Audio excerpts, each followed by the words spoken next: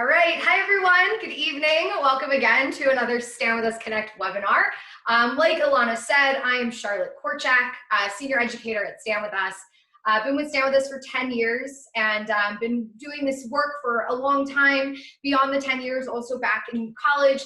And here I am today to talk about the history of the Arab-Israeli conflict, understanding the Arab-Israeli conflict I really want to talk about. And what we're going to try to focus in on tonight is the root causes of the conflict and how those root causes, there we go, how those root causes play a role in today's attempts at making peace. So first of all, we have to ask ourselves a question. I'm going to start to share my screen. We're going to pull up a presentation very quickly and we will get going. So understanding the history of the Arab-Israeli conflict. So first of all, like I said, we have to really talk about what conflict are we talking about. I mean, I've named it here on the screen, the Arab-Israeli conflict. What are we really discussing? Because today, after so many years, we can argue that this conflict has really evolved and morphed and new conflicts have emerged. And so I want to kind of first focus on that and what has happened throughout the evolution of this conflict. So if you actually go back, we can start by talking about the Arab-Israeli conflict. Now, actually, if we really want to be accurate, the initial conflict started out as the Arab-Jewish conflict. Because if you go back to the early 1900s, 20th century, we had Arabs and Jews who were in conflict. There was tension between Arabs and Jews. It really only becomes Arab-Israeli when Israel is founded. And then we have an Israel and we have something called Israeli. Now, since that time, the Arab-Israeli conflict, we've had two conflicts really emerge simultaneously. One sort of from within the Arab-Israeli conflict, which is, of course, the Israeli-Palestinian conflict, as we see the emergence of the Palestinian people and the Palestinian nation. And then on the other hand, you have an entirely different conflict, sort of, which is the Iranian-Israeli conflict. Now, Iran obviously had the revolution back in 1979, the Ayatollah Khomeini takes over, and that's when we start to see really a shift in policy towards the state of Israel. And so as things have progressed, we've seen the emergence of the Iranian-Israeli conflict. Now, when we're talking about Iranian-Israeli, let's look at a map really fast. We're talking about the Iranian-Israeli, we're not just talking about Iran, right? And you notice here on this map that I'm showing, the green countries are Arab countries. Iran, not an Arab country. And that's why Iran can't fall into the classification of the Arab-Israeli conflict. Iran is a Persian country. Now, with Iran today, we've seen the emergence of the Iranian-Israeli conflict mostly through Iranian proxies like Hezbollah, who sit in southern Lebanon, proxies like former Hamas and currently Palestinian Islamic Jihad, and sometimes Hamas here and there when they feel like supporting Hamas. And so really, some of the threats that Israel is facing today is actually not part of the Arab-Israeli conflict, but actually part of the Iranian-Israeli conflict. Again, acting out through their proxies. And you can add Syria into that list as well, because Syria as a country under the guise of Bashar al-Assad, an ally of Iran, is also part of that conflict as well. So we've got three different conflicts. Arab-Israeli conflict, a conflict that began, or an Arab-Jewish conflict, a conflict that began between the Arabs and the Jews, again in that late 19th, early 20th century. Then you have the emergence of the Arab-Israeli conflict upon Israel's establishment. And then as time goes on, a smaller conflict between the Israelis and the Palestinians that will emerge. And so what I want to do is I want to talk about the evolution of these conflicts. Now, again, when we look at the map of Israel today, we see where these conflicts play a role. The Iranian conflict here, we have Gaza, and that's where Hamas and Palestinian Islamic Jihad are sitting. In Lebanon, southern Lebanon, we've got Hezbollah, and not just in southern Lebanon, I should say. Hezbollah is part of the government in Lebanon as well today. And then you've got Syria right up here. So three borders that are not exactly quiet. Let's also acknowledge something, because now we're getting into some complexity. We talk about Hamas and Palestinian Islamic Jihad as part of the Iranian conflict, but they're also part of the Palestinian conflict because they're Palestinians. Okay, they're just being backed by Iran. So they play two different roles to a certain extent. All right, so that's a little bit of the background of the conflicts that we're going to be discussing. I'm really going to remove the Iranian-Israeli conflict. That's not going to be touched upon anymore today. We're going to focus on the Arab-Jewish, Arab-Israeli, and then eventually the Israeli-Palestinian. So let's dive in. And when we talk about the root causes of the conflict, we really have to ask ourselves, how far back in history do we have to go when talking about root causes? Now, very oftentimes, I will hear people who oftentimes are trying to present the counter narrative to the Israeli narrative, who would say, we shouldn't go any further back than the late 1800s, 1881, 82, that's as far back as we should go. That's when the Jews started to immigrate to the to Palestine, that territory named by the Romans 2,000 years earlier, but that was sitting under the control of the Ottoman Empire. Now, there's a huge problem here.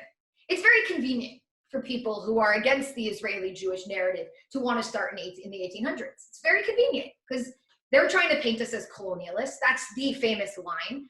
And so, of course, if I start in the 1800s and I'm talking about the Jews immigrating to the Ottoman Empire, then what I'm really talking about is foreigners who are foreign immigrating to a land that is foreign to them.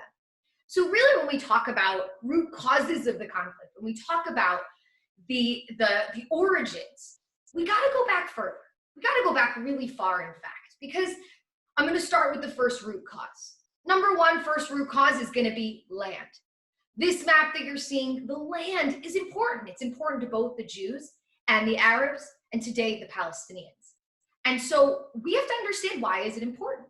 So let's go back very far in history. We won't stay here very long, but it's important to establish that context. So if we go back about 3,000 years, what we see is that there was Jewish presence in this land. We were called the Israelites back then. Now, don't get it twisted. I'm not trying to say that there weren't people here prior to the Israelites. There were. There were other groups. We conquered this land. That is noted. However, as a Jewish people, we became a people in this land. We became indigenous, or we are indigenous to this land because we became a people here. Our language, our culture, our traditions stem from this territory. So this is really where our story begins, and this is why 3,000 years later, this land is still very, very important to us. And why, when the Jews decided in the late 19th, early 20th century to develop a state, why this was the locale of their choice. Because they wanted to go home. Because for Jews, this is home. So we see the progression here. The Israelites, this was the kingdom of King David, King Solomon, first temple period. Then you've got the first exile of the Jews by the Babylonians, and you see kind of a progression here of who ruled the land from that time until almost today. You had the Babylonians exiling the Jews. You had the Jews returning under the Persian Empire, living here with a second temple under the Persians, under the Greeks. Eventually, another Judean kingdom when the Jews defeated the Greeks in the story of Hanukkah. What's up, Hanukkah? And then you've got Roman control, where the Romans come in and they destroy the second temple of the Jewish people and they send us into exile. So we see this happening in 70 of the Common Era. And this is really when, again, the Jews will be detached from their land, but that connection to the land will persist until today, where for those 2,000 years of absence, we always were connected. We always prayed to return to our homeland and rebuild Jerusalem and rebuild our temple. And any Jew can list countless prayers that we say, traditions that we follow through with, because we remembered. We're about to sit down in 2 weeks. We're about to sit down to our Passover Seder, the holiday of Passover. And at the end of that Seder, the last thing that we will say will be next year in Jerusalem. So we were exiled, but we never forgot. And also important to always note that there was actually continuous Jewish presence here. That as much as there was Roman exile, the Jews were always present in this land. We were a minority for much of that time, but there has never been a time in the last 3,000 years that there have not been Jews present in this land. So we've now established Jewish connection to this land. Now, as time goes on, what we will see is after the Byzantine Empire, in will come the Muslims. There's going to be Islamic conquest in the 7th century and onwards. And Islamic conquest is going to spread throughout the Middle East and North Africa, and obviously make its way into this territory. And this is when we're going to start to see the Arab population in this area develop and grow. And eventually those Arabs, some of those Arab tribes that eventually made their way here will eventually, many, many centuries later, will eventually take on the national identity of Palestine. But we're not there yet. Right now, we're talking about Arab tribes coming in, and this area being controlled by different dynasties, different empires. Now, the empire that will take over and really get us into modern times will be the Ottoman Empire. So now here what we have under the Ottoman Empire, empire that will exist for 400 years, from 1517 until the end of World War I, we have a reality where you have both Jews and Arabs living here. Now the Arabs are the majority, right, alongside a lot of other minorities, the Jews being one of those minorities. And so what we start to see is connection to that land continue to develop for both the Jews and the Arabs. The Jews, today, a 3,000-year-old connection to this land. The Arabs, a 1,300-year-old connection to this land, going back, like I said, to that 7th century. Now, under the Ottomans is when we're going to start to see things change. Under the Ottomans, we're going to start to see mass Jewish immigration. Now, this is first going to happen in 1881, 82 approximately, where you have the first big wave of Jewish immigration. Now, it's super important for us to acknowledge, why were the Jews immigrating at this time? Well, back in Russia in 1881, they had suffered a pogrom. And that was a massacre of Jews. And at that point, some Jews decided, I'm done running away, and I'm done at least running away to a different place where I'm gonna end up having to flee again at some point, or my children will have to flee. And they decided that they wanted to go home. And they made their way back to this territory, and they started to establish communities here, new communities. Now, I want us to understand something. Prior to this immigration, we had Jewish presence in predominantly the 4 holy cities that we have here in Israel and in the territories. We're talking about Tiberias, we're talking about Sfat, or Safed, as some people say in English, we're talking about Jerusalem, and we're talking about the city of Hebron, or Hebron, as we say in English. So there were Jews here. They were predominantly religious Jews, pious Jews, and then in comes Jews who are not as religious, not as observant, but they're coming in to buy land and to start to work the land, to take on a new Jewish idea of working the land that has been so important to us for years, maybe trying to fulfill that age-old Jewish prophecy of when the Jews are here and they work the land will flourish. And it did. These Jews came in as the early pioneers, and they bought land, usually at ridiculously large, exorbitant prices. And they worked that land and they started to make it flourish again. And what we're going to start to see as a result of this is under the Ottoman Empire, we're going to start to see a rise in the Jewish, both the Jewish as well as the Arab population. We're going to start to see immigration happening. And so this is where tension is going to start to build. As Jews are immigrating in more and more, some of the Arabs who are living here saying, well, do we want more Jews immigrating in? The rich selling land to the Jews buying that land. And then emerges another ideology. Now, it's not really a new ideology, it's a modernized ideology. Theodor Herzl sat down in the late 19th century and he modernized the concept of Zionism, which was Jews returning to our homeland. And what he did was he took Zionism and he said, let's turn it into a movement for the liberation of the Jewish people by establishing them a state. Nationalism, Jewish nationalism. And this is root cause number 2. Root cause number 2 is going to be nationalism. The simple fact that the Jews were not just coming to this land, but when coming to this land, they started to demand sovereignty in this land. This is where we're going to start to see tension grow. Because early on, when the Arabs watched Jews immigrate in, again, like I said, many of them didn't have an issue with it. They welcomed the Jews in. They thought the Jews were going to bring a better economy, which oftentimes follows the Jews to a lot of places that we end up in, and better forms of healthcare and education, and even new forms of agriculture. And so what we saw was them welcoming us and saying, come on in. You know, we're going to benefit from this. But then as the rise of nationalism comes to head, and they start to realize, oh wait, the Jews actually want to rule this territory, is when we're going to start to see even more tension. And so we've now focused on 2 root causes, land being one of the core, and we've also got nationalism, okay? Now, it wasn't just Jewish nationalism, because eventually what's going to emerge, again, under the Ottoman Empire, is going to be the rise of Arab nationalism as well, something that was dubbed Pan-Arabism. Now, this is an interesting ideology. I'm not going to get into it too much, but it was this notion of, now that there's this idea in the world of empires falling and smaller countries emerging, or at least just being able to be rid of a colonizing power and take your own control, Pan-Arabists jump on this idea.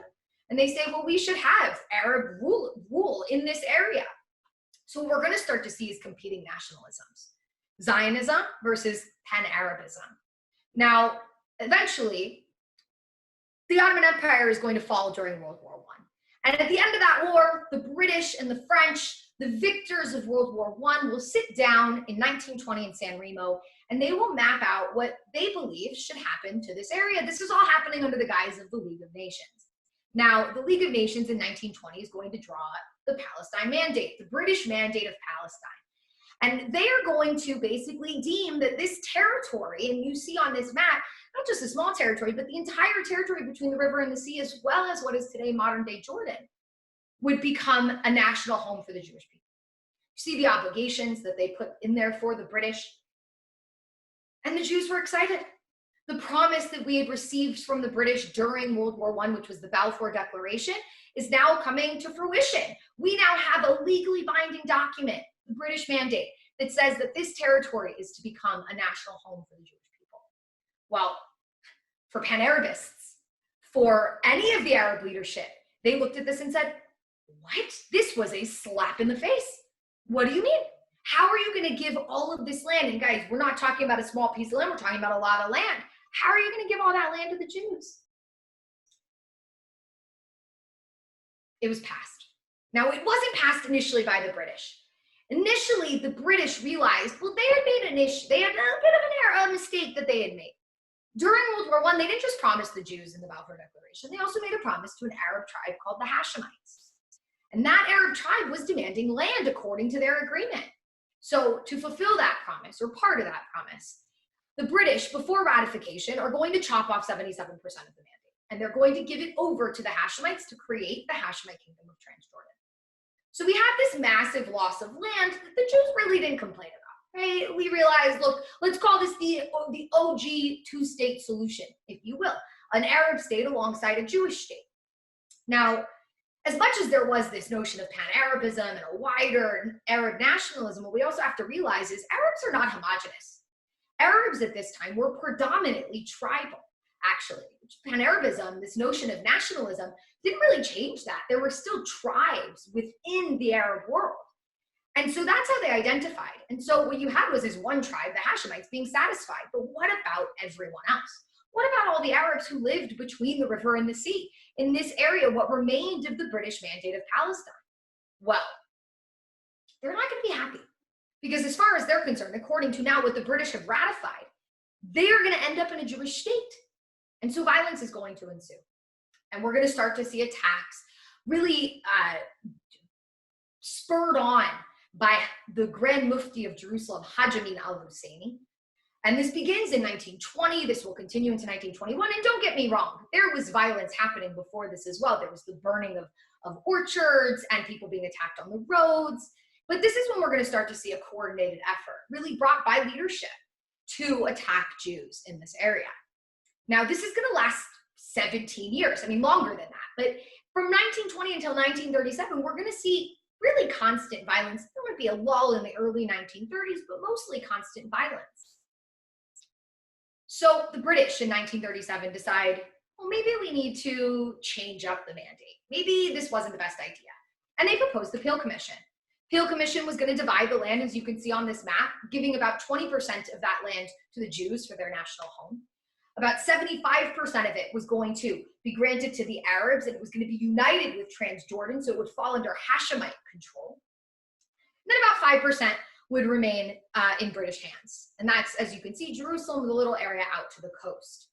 Now, this is what the British thought would be the best option, right? The Jews at the time were about 25% of the population, the Arabs 75%, so this is a pretty fair divide, at least that's what they thought. And here you see a quote from one of the leaders of the Peel Commission who said, half a loaf is better than no bread. And that's what he was trying to say to the Arabs, because up until this point, this entire land was supposed to be Jewish. And what we see here at this moment in 1937 is going to be what I'm going to call a root cause of the Arab-Israeli conflict. And what we're going to see is something called Arab rejectionism rise.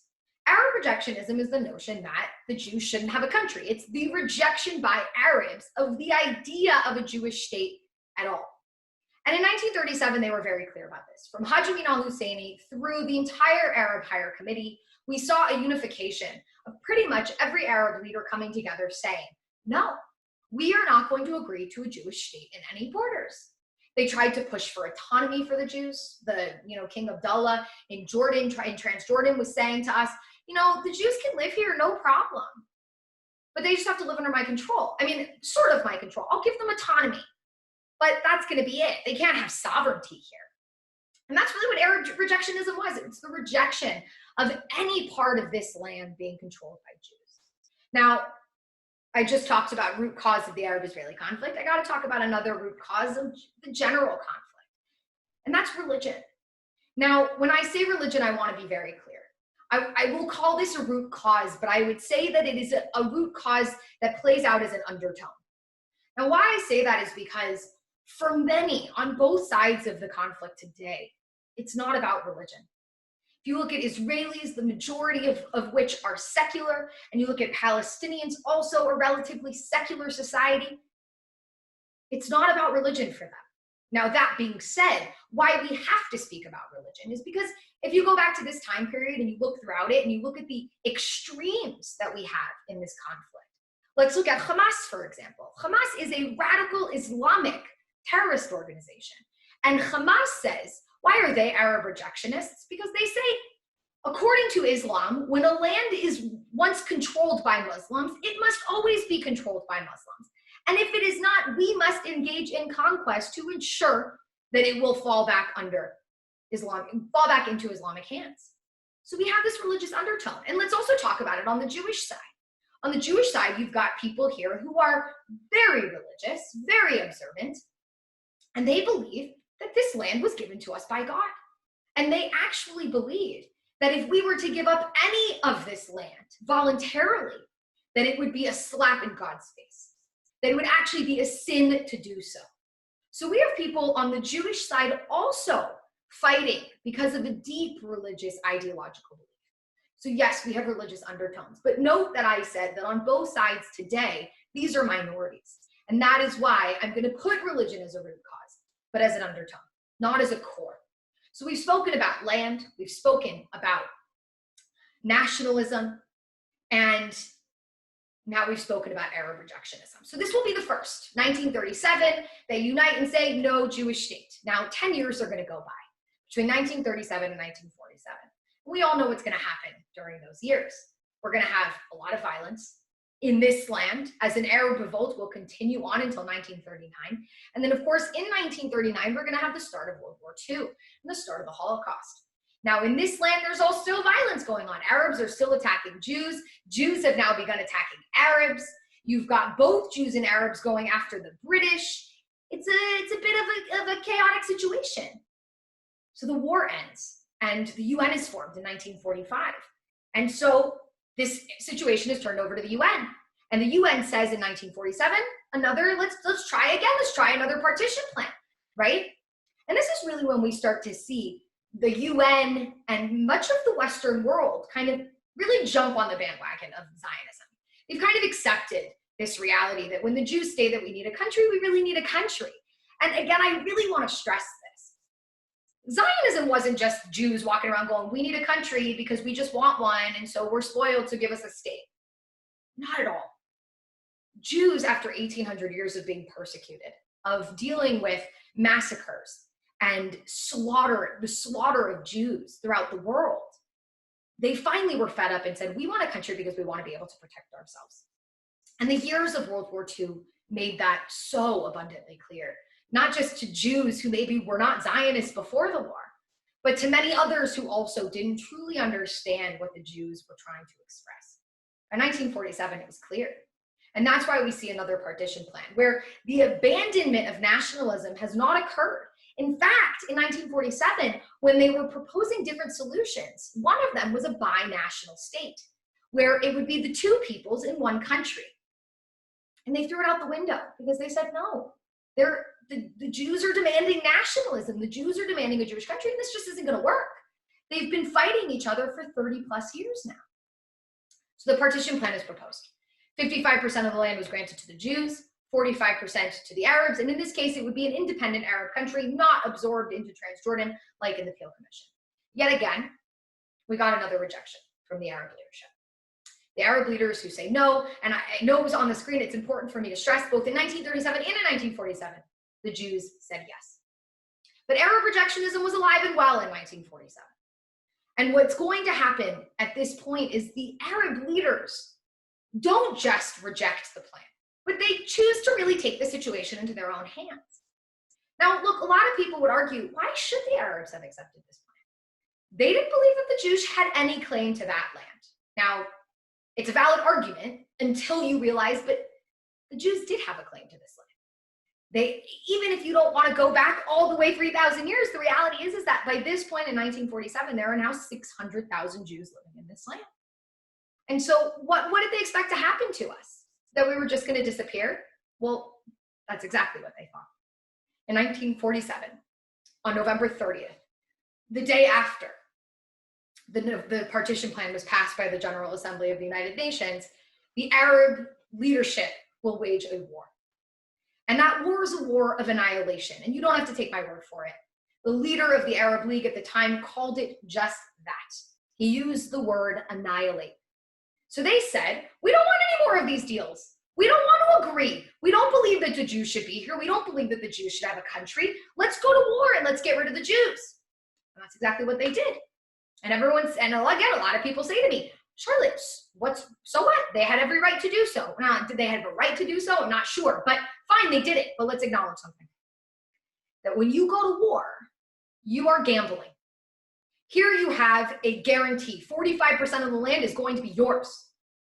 They said, we want 100%. The only way they knew they were going to get 100% was to go to war. But they gambled. They had a guarantee of 45%, potential for 100 if they won the war, and also potential for 0 if they lost that war. What ended up happening? Well, a war ensued. A war that's going to last into the early months of 1949, interrupted in the middle when we see the Declaration of Israel. Right? So this war starts on November 30th. It's going to be Arab fighters in the British Mandate of Palestine fighting against Jewish fighters in the British Mandate of Palestine.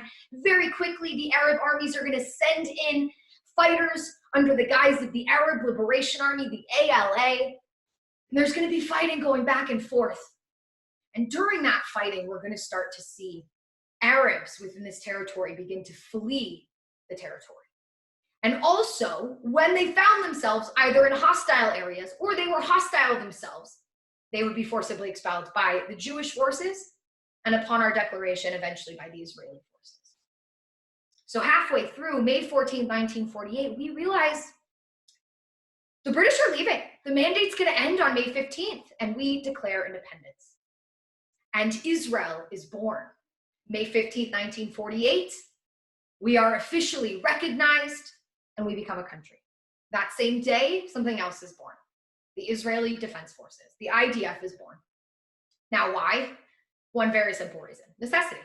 Yes, we were a country, but also that same day on May 15th, as the British left, Israel was invaded by 5 Arab countries: Lebanon, Syria, Jordan, Egypt, Iraq, with help from Saudi Arabia and Yemen. The Arab world descended upon us. Again, Arab rejectionism alive and well. We have to ensure that a Jewish state will not remain at the end of this war. Well, they failed, luckily for us. Israel was born. And this war will end in the early months, of 1949. And now we're going to have a new conflict starting to emerge. Because the core problem, the root of this war, and one of the aftermaths that will linger until today will be refugees. Now, I can't do this presentation without very quickly talking about the Jewish refugees. We had Jews who either fled or were expelled from most parts of the Arab world in the decades after Israel's establishment. So we see 850,000 Jews in that decade fleeing from their areas or being expelled and making their way to Israel. So we've got those refugees. Now, on the other hand, we also have Arab refugees. Now, the Arab refugees from this war are going to flee from what becomes Israel into the surrounding areas: Lebanon, Syria, Jordan, the West Bank, and Gaza. And this is an incredibly important piece of the story. Because what we had up until this point, like we spoke about, was Arabs. We had Arab tribes living in this area, and throughout this territory, you had different Arab tribes, and they still exist until today. You have the Nusiba clan here in Jerusalem. You've got the Husseini clan. Up north, you've got Kabiyas, and you've got Zawabis, and you've got a whole bunch of others. They still very much identify tribally. And at that time, what you could have referred to them as were the Arabs of Palestine, the Arabs of the British Mandate of Palestine, or what some people call the Palestinian Arabs.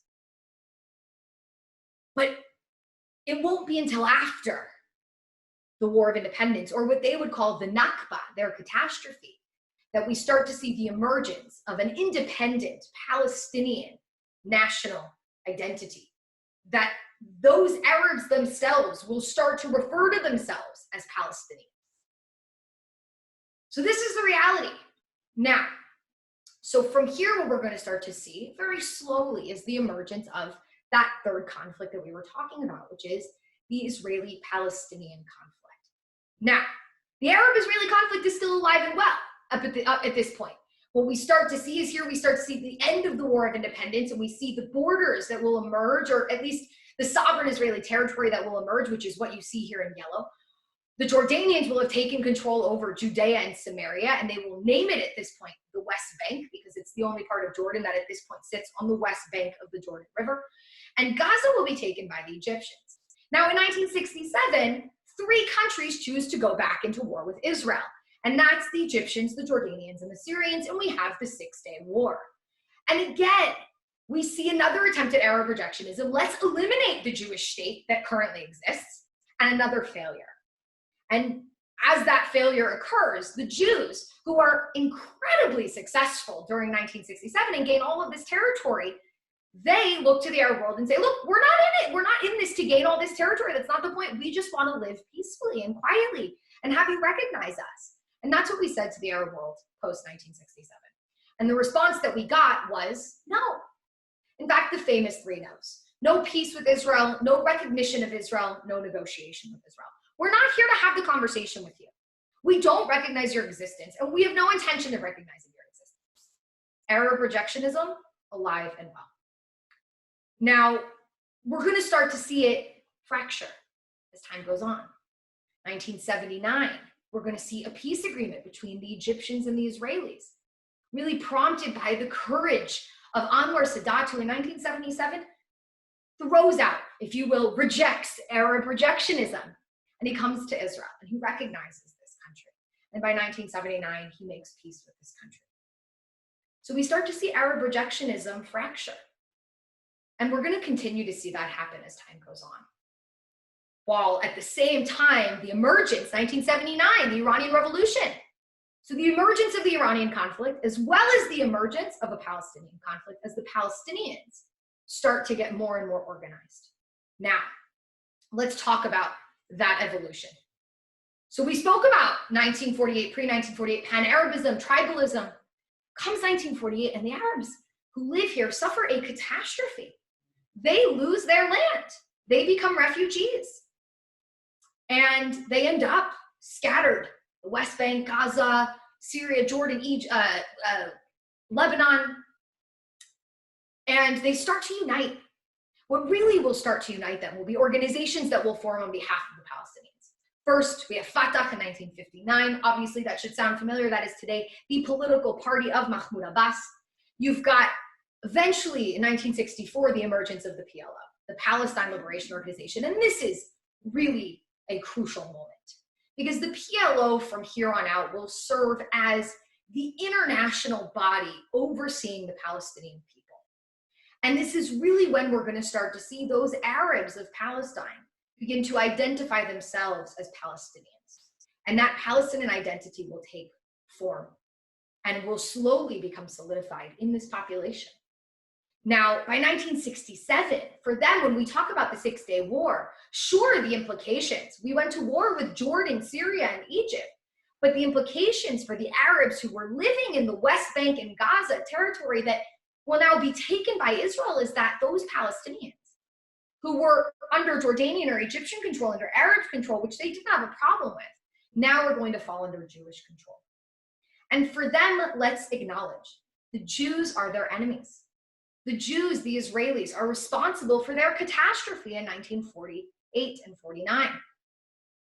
And so now 1967, they are now living under Israeli military occupation. And this conflict is going to start to get worse between the Israelis and the Palestinians because Israel has a challenge. That challenge is protecting itself from threats. Now, those threats emerged from the PLO as well, not just the countries around Israel. As the PLO got organized, starting out in Jordan, they're going to start to commit cross-border attacks against Israel in the 1960s. And into the 1970s, by 1970, they get thrown out of Jordan because of the Black September incident, and they make their way up to southern Lebanon. And for about 10 years throughout the 1970s and into the 1980s, Israel is going to face terrorism from the PLO, coming out of southern Lebanon, committing terrorist attacks in our upper Galilee, prompting the first Lebanon war in 1982, Israel going in and trying to get rid of the PLO. They did, successfully. The PLO ends up being ousted from Lebanon and have to make their way to Tunisia. What will fill in that place is Hezbollah. Again, we're starting to see that growing Iranian conflict. But again, this is going to be the evolution of that Israeli-Palestinian conflict. Now, in 1987, it really all reaches a head. Palestinians in the West Bank and Gaza, frustrated by their reality, and we spoke about this, and let's speak about it some more, that reality of they're living under occupation, they're living under Israeli military control. And I said Israel had a challenge, one, to protect themselves from this violence. Yes, from the PLO in Lebanon, but also from terrorists in the West Bank and in Gaza, territory that we controlled. But at the same time that we had to do counterterrorism, we also were responsible for this population. Meaning we were responsible, we were the party that had to provide them with healthcare and education and infrastructure. And we did. And nobody can challenge that notion.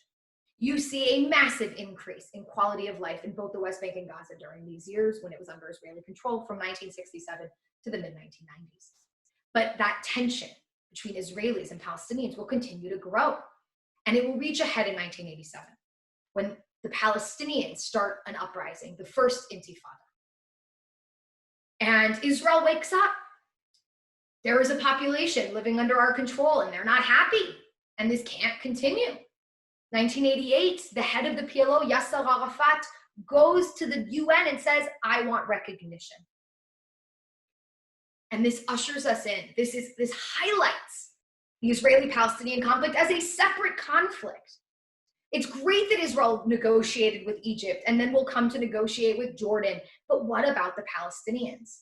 And so we're going to start to see the ushering in of negotiations between Israelis and Palestinians, the PLO in particular. Now, Yasser Arafat, what does he want? What do the Palestinians want? So there's three core demands.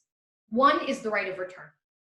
They want their refugees who are now scattered, again, in those countries, predominantly Lebanon and Jordan today, most in Syria, unfortunately, were killed or fled during the Syrian conflict. And then also, obviously, in the West Bank and Gaza, well, they want to be able to return. They want to return to Israel proper. Hugely problematic, as I'm sure we all know, because we have a demographic problem, and this is another root cause, because we're going back to nationalism. When we say Jewish nationalism, what we're talking about ultimately is a country with a Jewish majority. Well, the right of return would severely weaken or potentially destroy that majority. There are 5.5 million Palestinian refugees today, and there are only 6.5 million Jews who live in Israel, and there are 2 million Arabs who live in Israel. They would immediately eliminate our majority. So the right of return is a problem. And it goes back to one of those root causes. It's a problem because of nationalism. Land is number two. They want land. They want us to end our presence, our occupation in the West Bank and Gaza. And they want that to become their country. And then lastly, they want their capital in Jerusalem. And to double down on that, they also want sovereignty over the Temple Mount. What I would call the Temple Mount as a Jew, what they would call Haram al-Sharif, the noble sanctuary. So we have challenges that we are facing. Now, we've tried to surpass these challenges. And in the last 2 minutes, I want to talk about the attempts, all going back to, again, those root causes. So we tried to negotiate in Oslo. And one of the core things that we really tried to move forward with was land. We tried to get closer to this notion of nationalism for the Jews and for the Palestinians, where the Jews, the Jewish country would remain, but Israel would start to withdraw from parts of the West Bank and Gaza, giving self-government to the Palestinians. So maybe we're not talking about full-blown sovereignty, but at this time we were talking about self-government, that there could be an autonomous Palestinian entity in this area. We tried to solve that issue. Unfortunately, we see a massive rise in terrorism and violence from those extremes who don't want that to be the reality, who want all the land from the river to the sea, like Hamas. And so Oslo falls apart. And what really ultimately it does is it separates Israelis from Palestinians without actually achieving peace. And as we start to see a massive rise in incitement from the Palestinian Authority against Israelis, the conflict gets even worse. Now, there was a brief attempt in 2000 to try to, again, end the Oslo agreements, make peace.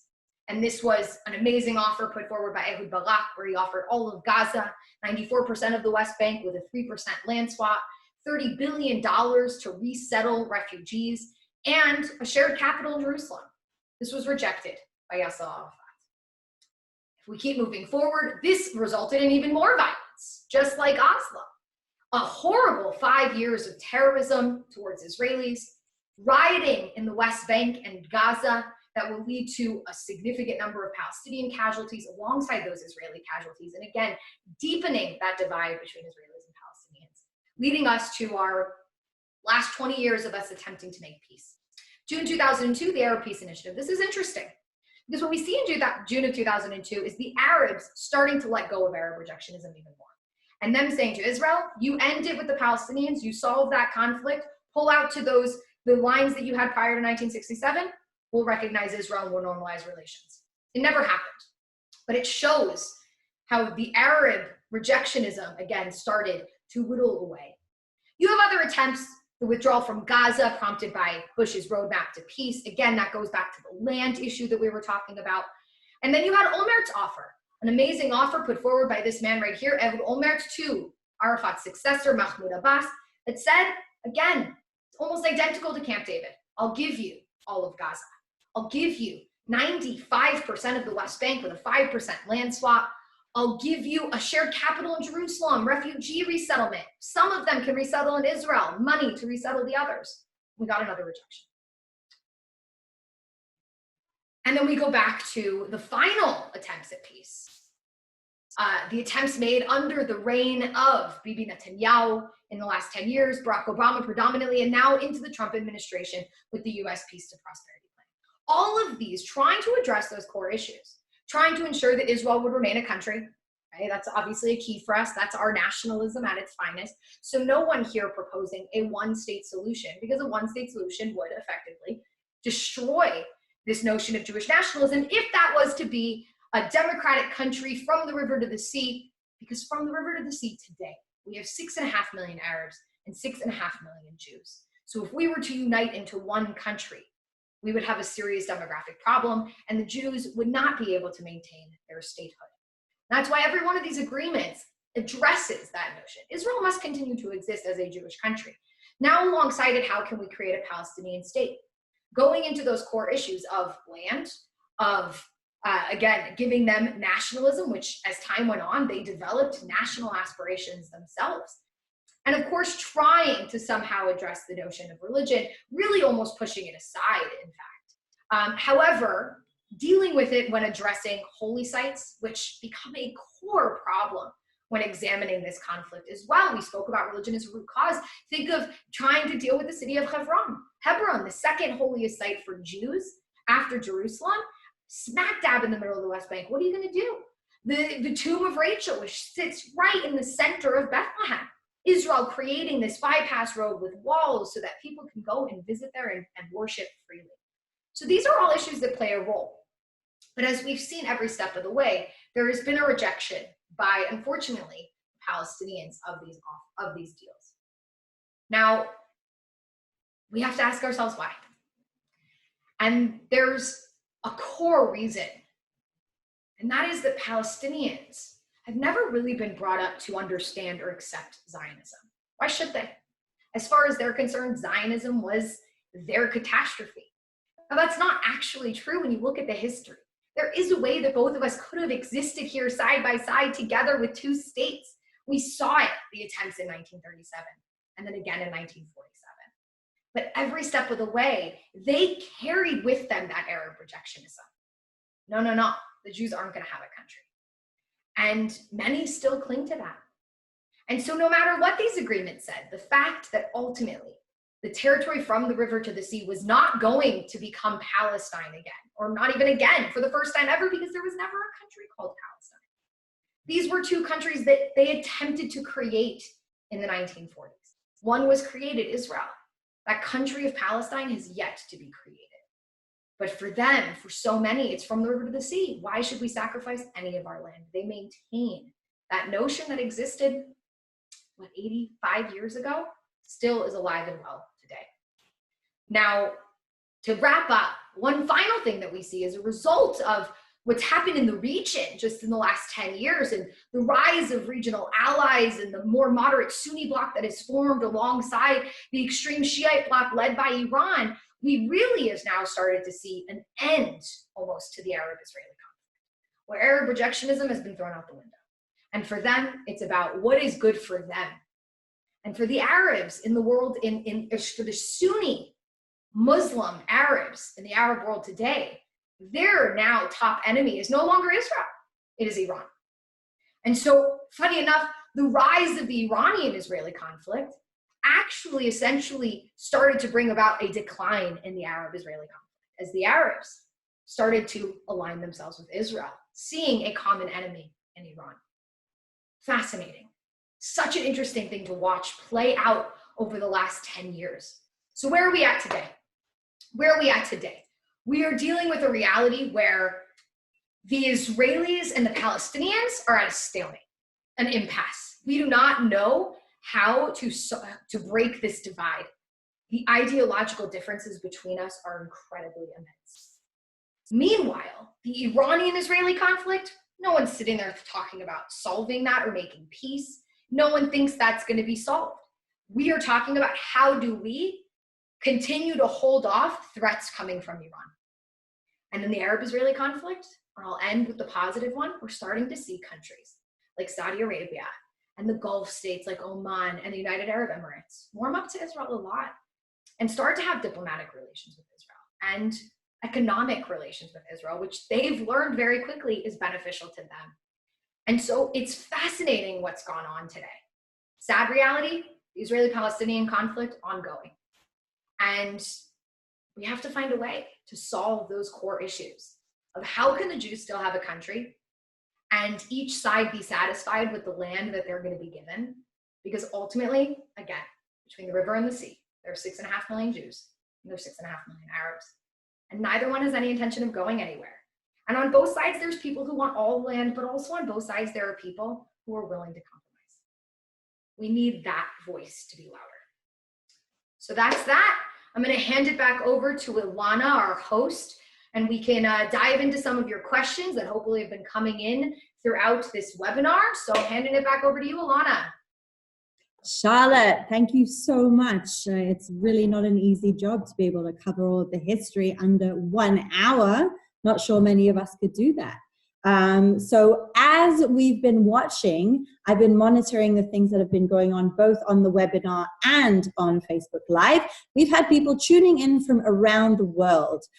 So we've had from Argentina, Denmark, UK, US, Finland, Austria, all saying hi and appreciating your knowledge and expertise on this issue.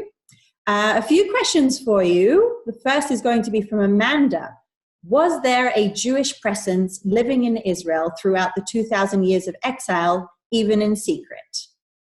Yes, like I mentioned, and not in secret, very publicly, it was very well established that Jews were living here.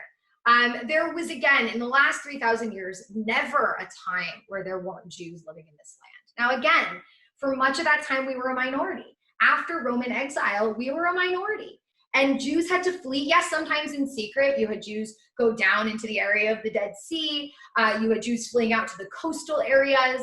But what we will see as time goes on is further development of those four holy Hebron, Tiberian spot. Well, you know, and if you learn more about that history, you have Jews who are living here, and then you also have Jews that would continue to return and actually join those Jews living here, or reestablish some of these cities, like the reestablishment of Tzfat by many Jews, and then the growth of Tzfat post time periods like the Spanish Inquisition, when many Jews fled Spain. Some of them decided to actually come back here. So no, always there has been a Jewish presence in this land. There were Jews present here when the Arabs, the Muslims came in the 7th century.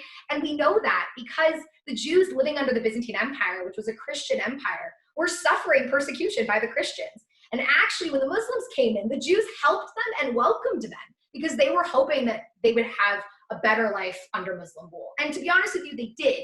Now, that being said, don't get it twisted. It wasn't like they were living like a life of utter equality with the Arabs. Absolutely not.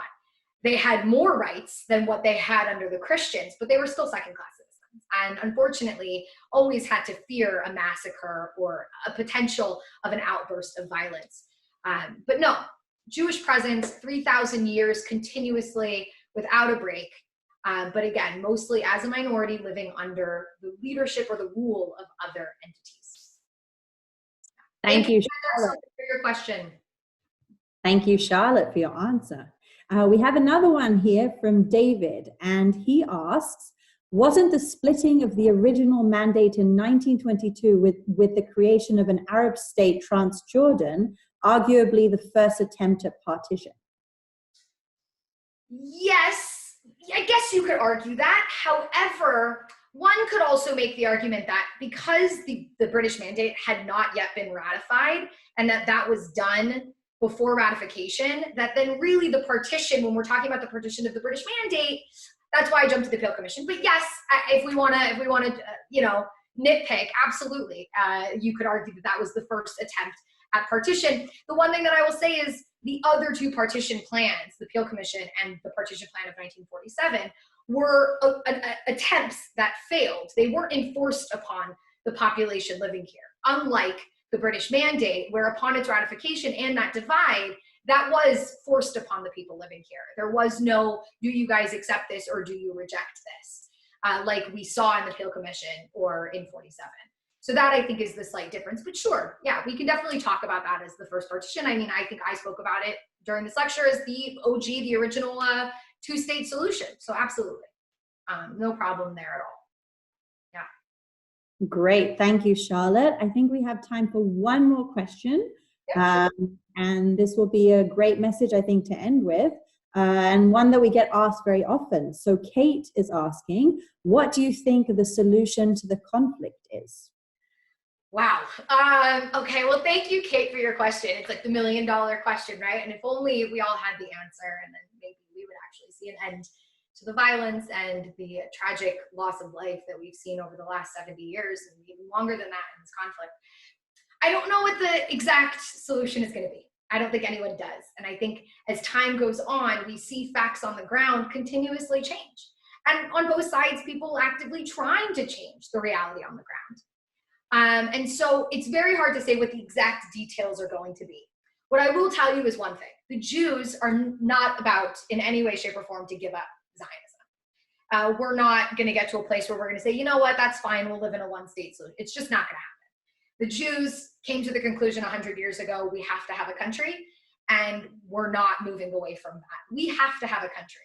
And the reality of today, what we've seen as anti-Semitism is growing throughout the world. And no, I'm not talking about criticism of Israel, because that's not anti-Semitism. I am talking about blatant anti-Semitism.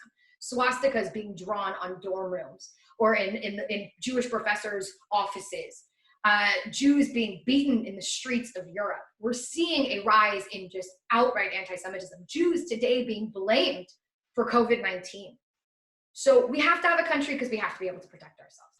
Moving forward, the way that we're going to get to a solution in what we believe at Stand With Us, what's going to get us there is education. That is the key. That's our motto. Education is the road to peace.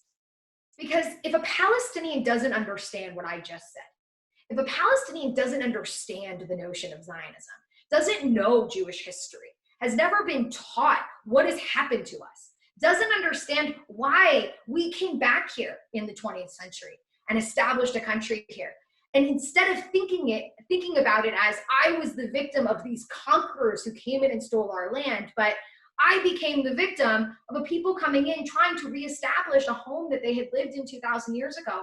And I became a victim because my people refused to compromise. We would have a very different reality today, but that takes education. Now, don't get it twisted. That also means that Israelis need to be educated. Okay, it's not just Palestinians. It's not we have it all right and they have it all wrong. The average Israeli also has no idea that in 1948, Jews, Israelis, forcibly expelled people from their lands. These are an important reality because if you want to go and sit with Palestinians and negotiate with them, and you look at them and deny their lived experiences of expulsion, of displacement, of living under a military occupation, military administration, how are we ever going to be able to sit down and actually speak the same language? It all comes back to education. Palestinians need to be educated on the Jewish-Israeli narrative. Israelis need to be educated on the Palestinian narrative. And the world has to be educated on what is going on here. Now, not everyone. I don't care if the average Joe walking down the street doesn't know about this conflict. I don't know about a lot of conflicts going on in the world, but I also don't have opinions on those conflicts. So if you want to have an opinion, you want to play a role, you got to know what you're talking about. So it doesn't have to be everybody. But if you're going to be the guy who's going to step into the position where you're going to try to make peace between these two people, you got to know what you're talking about. You have to understand the history, and you got to be able to look at it from as middle of a place as possible so that you understand the demands of the Palestinians, the demands of the Israelis, and how we are going to find a middle ground. It all comes back to education. And I got to stress one more thing. I'm talking about positive education towards understanding. We also got to first and foremost eliminate negative education. The fact that still to this day, Palestinian children are taught to hate me and to kill me because I am Jewish and Israeli is, first of all, child abuse. You don't raise a kid to hate. That's number one.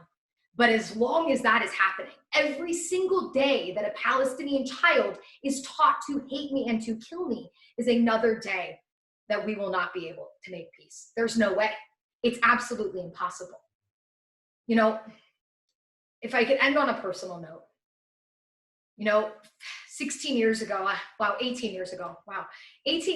3 of my friends were murdered in a suicide bombing. I was a 14-year-old kid, and I can't begin to minimize how much I started to hate Palestinians as a result.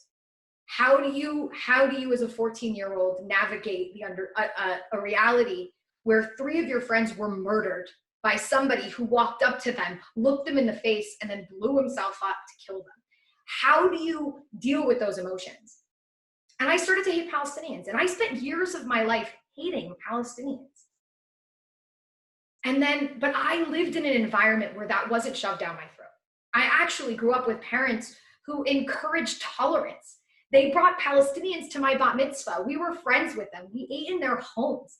I went and smoked hookah with the ex-mayor of Ramallah in Jericho when I was like 12 years old. Yes, I know that's probably not a good thing, but whatever, it's the Middle East. Anyway, I still hated these people, but because of the environment that I grew up in, I was able eventually to let go of that hatred. I've had experiences now where I've sat in Palestinian homes and I hear their stories, and I don't just sit there and think they're lying, this isn't true. I take it as this is their reality. And it's because of the environment that I grew up in and the environment in Israel that allows us to speak out and have those conversations. On the Palestinian side, they don't have that opportunity. They sit and they are surrounded by rhetoric that says, you don't speak to Israelis. That's the anti-normalization policy of the Palestinian Authority. You're not allowed to talk to Israelis. No dialogue, no understanding. We're right, they're wrong. And that is an environment that will never get us to peace. So education for better and ensuring that education for the worse is eliminated, we got to make sure that if we're going to put pressure on people to make peace, that it's pressure on both sides, on the things that they need to change and compromise to get to a place where we can negotiate and actually make peace. We're far from there. We genuinely are. So I don't know what the solution is going to look like, but I know the steps that need to be taken to get there. And that's what StandWithUs is trying to do. Every single day, trying to educate people as much as we possibly can, trying to plant seeds in people to inspire them to want to educate themselves so that we can get to a place where there's, again, more understanding and where pressure is put in the right place. And eventually, hopefully, this conflict can end and the bloodshed can end and we can live here side by side together in peace. So thank you all for tuning in. I'm going to hand it back to Alana. You all have a wonderful evening or rest of your day, depending on where you are tuning in from.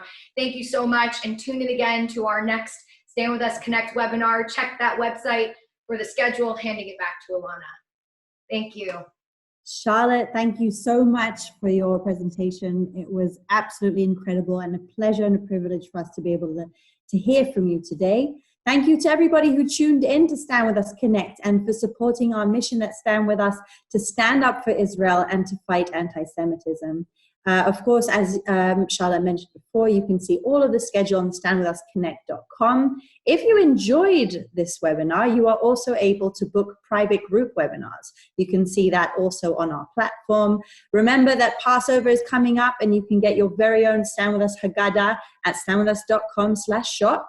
You can also donate to support our work at StandWithUs.com/donate. Don't miss the next live, which is going to be absolutely incredible. We're going to be hearing from Lieutenant Colonel Eyal Dror. He was the commander of Operation Good Neighbor, which had everything to do with humanitarian aid to Syrian refugees. And I'm Ilana. We're live from Israel, as I mentioned before, and I'm here for Stand With Us Connect. It was amazing to connect with you. Thank you so much and take care of yourselves.